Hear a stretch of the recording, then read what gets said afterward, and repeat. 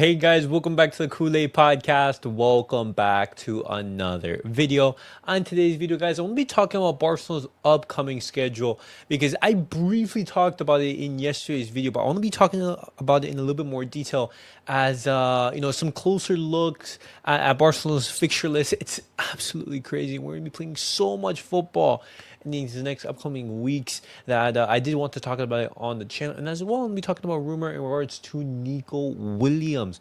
What is the latest in regards to him?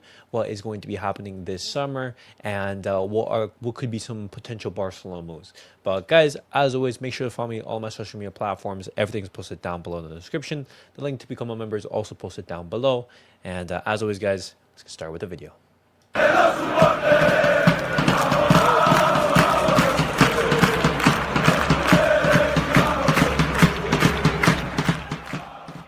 All right, guys, let's get started with the video and let's talk about Barcelona's upcoming fixture list, because with Barcelona advancing into the semifinals of the Champions League, this means that Barcelona, they will be having to play 2 extra games, as it comes with it. When you reach the semifinals, you're gonna have to actually play them, which is where we want to be. But when you look at the Barcelona schedule list, we're gonna have to play Real Madrid in the Copa del Rey final on April the 26th. Let me make this a little bit bigger so you guys can see in a little bit more detail. But on April the 26th, we're gonna be playing Real Madrid. On April the 30th, we are going to be playing against Inter at home in the Champions League. Then there is a La Liga game on Sunday the 4th. Let me show you this image right here. This is the entire fixture list, but this is where Barcelona are going to be playing Real Valladolid, actually. Apologies for that. But on Sunday, May the 4th, and then this is when Barcelona are going to play Inter Milan in the Champions League in the second leg on Tuesday, May the 6th. And when you look at the amount of rest that Barcelona are going to be having between, our La Liga game against Real Valladolid and our second leg game at Milan, Barcelona, they will only have 70 hours of rest. That's absolutely crazy. I don't know, Carlo Ancelotti, he was complaining about, the rest and everything, but it is true. Barcelona, we're going to be feeling the effects of that. We're going to be playing so many tough games. We're going to be playing Inter Milan twice and Real Madrid twice in the span of what is going to be, like 15 days? That's going to be absolutely crazy. Real Madrid, Inter, Real Valladolid, which is going to be calling for huge rotations, and then against Inter and Real Madrid in La Liga. And so when you're looking at this fixture list, guys, I do think that Hansi Flick, he is going to have to sort of gamble in these next upcoming weeks, because, for example, Barcelona, they're not going to be able to play all of these games at the highest level with the same exact lineup. That's just not going to be feasible.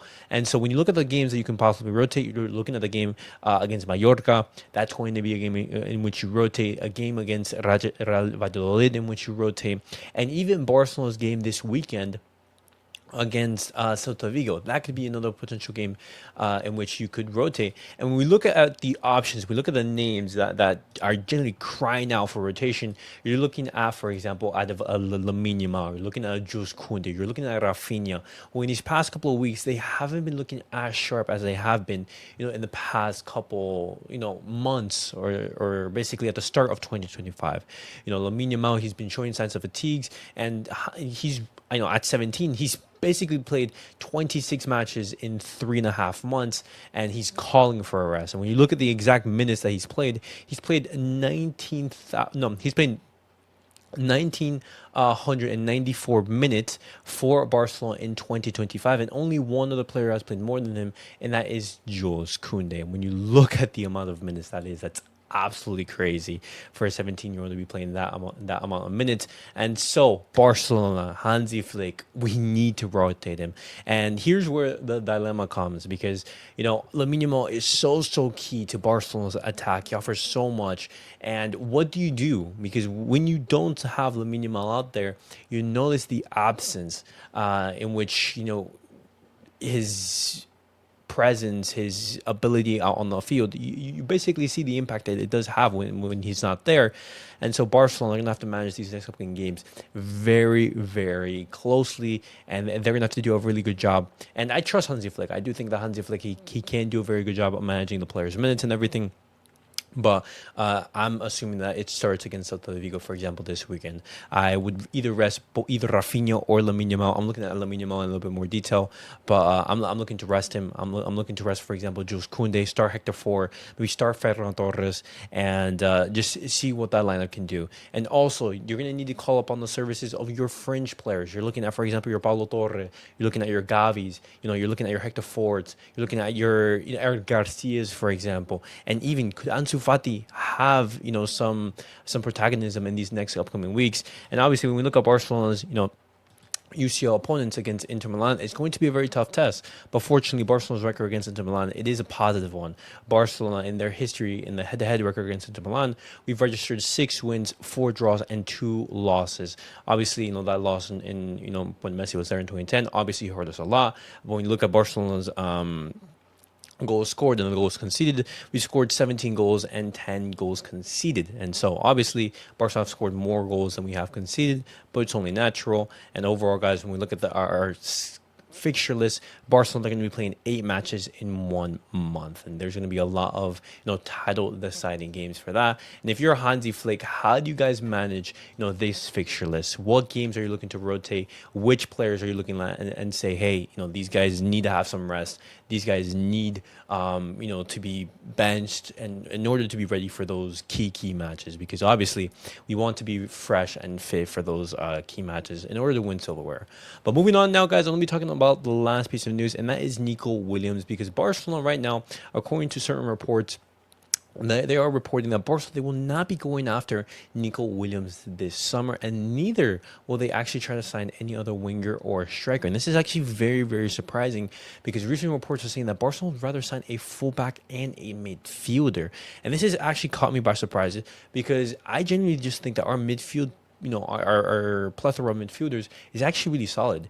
You have Pedri, you have Gavi, you have Frankie de Jong, you have Marc Bernal coming back, you have Marc Casado, you have Paulo Torre, you have Dani Olmo. I think Barcelona, they've actually, in that position, I think we're very stacked. And I wouldn't necessarily say that that's a position that we generally need to reinforce. But in the fullback areas, this is where I do see some agreement, where I share some of that opinion. I do think that Barcelona, they could reinforce those fullback positions. I do think that Gerard Martin and Hector Ford, they are solid, replacements. The players who can give some rest. They're obviously not going to be at the level of a Balle or just Koundé, but obviously Hansi Flick not trusting in Hector 4, which can play both flanks. He is a little bit more trusty in Gerard Martin, and if Barcelona, they are not going to be counting on the services of Hector 4, a player that is being talked about in the media is Vanderson from Monaco. He is obviously a player that we have talked about on the channel, a profile very similar to that of, for example, Dani Olmo, very attacking type of fullback. And when you look at that potential signing, you're thinking, hey, he could be an option for the future. Very, very young fullback who's playing in Ligue 1. But of course, it is surprising that Barcelona are not going to be looking to reinforce that attack, which I necessarily say does need reinforcement. Even though Lewandowski, he's doing absolutely fantastic this season, Rafinha as well, I do think we need some more options in that front line. Ferran Torres, I just don't think he's enough, even though he's been absolutely fantastic.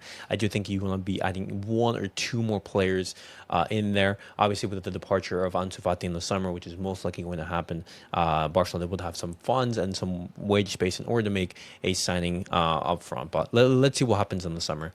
But guys, that was it for the Barcelona news of the day. Definitely let me know your guys' thoughts down below in the comments. What do you guys make of Barcelona's packed fixture list? How do you think Barcelona is going to be able to handle that fixture list, and which is going to be so complicated? And as well, what do you guys make of those rumors in regards to Nico Williams, in which Barcelona are not going to be going after him, but instead going to be going for a fullback? But as always, guys, make sure to like, subscribe, and comment. I'll see you guys all in the next video. Peace out, guys.